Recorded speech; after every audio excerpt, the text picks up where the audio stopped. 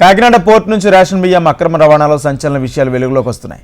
బెదిరించి 2500 కోట్ల విలువైన వాటాలను 494 కోట్లకు బలవంతంగా అరబిందో సంస్థకు బదలాయించుకున్నారని సిఐడికి ఫిర్యాదు చేశారు. దీంతో వైసీపీ ఎంపీ విజయసాయిరెడ్డితో పాటు ఆయన అల్లుడు శరత్ చంద్రారెడ్డి, విక్రాంత్ రెడ్డిలపై సిఐడి అధికారులు లుకౌట్ సర్క్యులర్ జారీ చేశారు.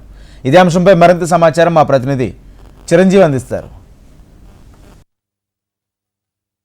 కాకినాడ పోర్టు ఇప్పుడు దేశవ్యాప్తంగా చర్చ జరుగుతుంది. పోర్టుపై ముఖ్యంగా చూసుకున్నట్లయితే గనక గత వైసీపీ ప్రభుత్వంలో ఇటు కాకినాడ పోర్టు నుండి వేల టన్నుల రేషన్ బియ్యాన్ని అక్రమంగా విదేశాలకు ఎగుమతి చేసేవారని ఇటు ఆరోపణలు అయితే ఉన్నాయి. ఈ నేపథ్యంలోనే ఇటు టీడీపీ కానీ జనసేన కానీ గతంలో దీనిపై పెద్ద ఎత్తున నిరసన కార్యక్రమాలు అయితే చేపట్టడం జరిగింది. అయితే ప్రభుత్వం మారిన తర్వాత కూడా అదే తరహాలో కాకినాడ పోర్టు నుండి ఇటు 100 టన్నులు విదేశాలకు ఎగుమతి అక్రమ రేషన్ బియ్యం ఎగుమతి అవుతుండడంతో ఇటు పౌర సరఫరాల శాఖ మంత్రి నాదెండ్ల మనోహర్ కూడా ఇప్పటికే రాష్ట్ర వ్యాప్తంగా కూడా పలు చోట్ల దాడులు నిర్వహించి ఎక్కడికక్కడ గోడౌన్స్ లో ఇటు అక్రమ రేషన్ బియ్యాన్ని సీజ్ చేస్తున్నా కూడా యథాపదంగా కాకినాడ నుంచి అయితే గనక ఎగుమతులు ఆగడం లేదనే చెప్పొచ్చు. ఈ నేపథ్యంలోనే పవన్ నేరుగా రంగంలోకి దిగి ఇటు కాకినాడ పోర్టులో తనిఖీలు చేశారు. అయితే తనిఖీలు చేసిన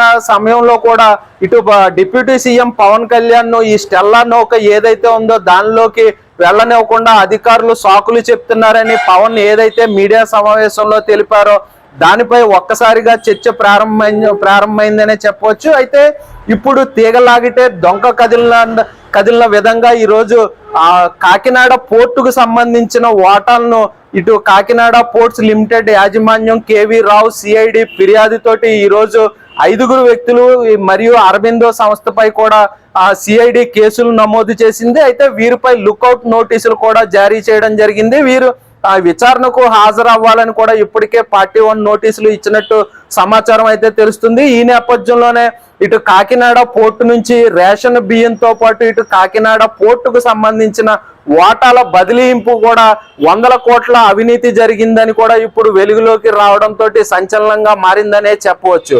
వీడియో జర్నలిస్ట్ దుర్గా ప్రసాద్ తో చిరంజీవి, హెచ్ఎం టీవీ, కాకినాడ.